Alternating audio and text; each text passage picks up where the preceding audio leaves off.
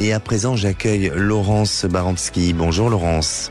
Bonjour Alexandre, bonjour à tous les auditeurs et auditrices.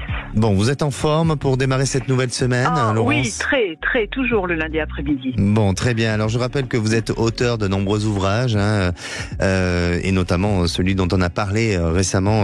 L'ouvrage, c'était lequel, le dernier qu'on a parlé? Et si on libérait notre intelligence intuitive et spirituelle. Et voilà. Et je crois qu'il est paru il y a peu de temps. Il est en parution là. Tout à fait, début novembre. Début novembre. Là, on peut le trouver, oui. Bon, très bien. Alors, on vous écoute, Laurence. Alors, les signes et les synchronicités, vous l'avez évoqué Alexandre, les signes sont des messages que nous ne cherchons pas mais qui vont arriver au bon moment dans notre vie, en tout cas que nous allons interpréter comme tels. Et une synchronicité, c'est le fait qu'un événement va survenir en même temps qu'un autre sans qu'il n'y ait a priori de lien rationnel entre les deux. Un exemple, je pense à une personne que je n'ai pas vue depuis longtemps et soudain elle m'appelle, c'est une synchronicité. Ça se ressemble, c'est pas tout à fait la même chose. Il y a quand même un point commun entre les signes et les synchronicités, c'est qu'ils sont mystérieux. C'est comme s'ils venaient d'ailleurs, de plans invisibles et spirituels. C'est comme si des anges gardiens nous envoyaient des informations. Et c'est le cas selon vous? Alors, c'est mystérieux et je dirais oui ou non. En fait, la réponse à cette question va être très personnelle et très liée à nos croyances sur la vie.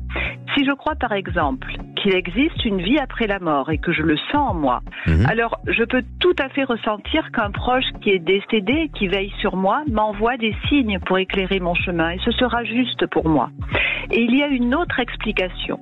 On peut aussi penser que c'est notre conscience supérieure. Alors la conscience supérieure, c'est la partie de nous-mêmes qui est plus grande que nous, qui évolue dans des plans invisibles, que notre conscience supérieure nous envoie un message. Et dans ce cas, c'est comme si nous nous envoyions à nous-mêmes des informations utiles pour nous faciliter la vie.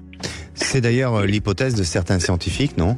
Mais absolument, et c'est nouveau, mais certains scientifiques font l'hypothèse que notre conscience existait avant notre naissance et qu'elle continuera d'exister après notre mort. Et que cette conscience, qui est donc la nôtre, peut nous envoyer tout au long de notre vie des informations que nous allons recevoir, notamment sous la forme de signes ou de synchronicité. D'accord. Alors, Laurence, je vais un peu vous piéger peut-être, parce que j'ai envie de vous mettre un peu face à une difficulté. Vous avez parlé de signes de synchronicité, mais quand on parle de coïncidence, d'après vous, quelle est la différence entre les signes et les synchronicités? Eh bien, vous savez, c'est vous-même qui avez répondu à cette question tout à l'heure et je me suis dit, mais oui, Alexandre a raison. Vous avez dit qu'une synchronicité, c'était une coïncidence significative, comme le disait le psychanalyste Jung. Et en fait, ça se ressemble, mais la synchronicité, elle va se produire dans ma vie et elle va avoir du sens pour moi, elle va me surprendre. Donc, elle devient significative sur mon chemin de vie, je lui donne un sens particulier. Signe et synchronicité, c'est très lié au sens que l'on va donner.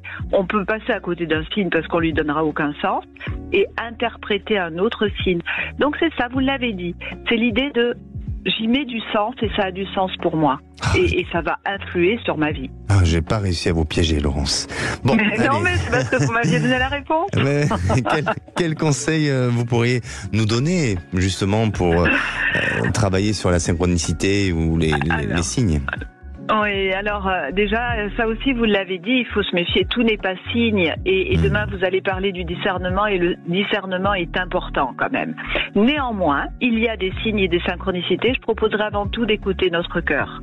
Et si notre cœur nous dit que ce signe ou cette synchronicité a été provoquée par une conscience qui nous aime, que ce soit celle d'un guide ou d'un défunt, d'un ange gardien, ou par notre propre conscience, comme le disent les scientifiques, alors, et que ça nous fait du bien, c'est de se laisser aller à cette idée qui nous fait du bien, justement, et qui nous dit aussi, en arrière-plan, que nous ne sommes pas seuls, que nous sommes accompagnés, que nous sommes aimés et protégés. Et je trouve ça très beau et ça fait beaucoup de bien. J'approuve cette philosophie-là. J'approuve. Merci Laurence Baranski. Avec plaisir, on se retrouve Alexandre. La semaine prochaine, ce sera à quel sujet? Alors nous parlerons d'alignement, cœur, corps, esprit. Super. Merci, passez une belle semaine à vous et à lundi.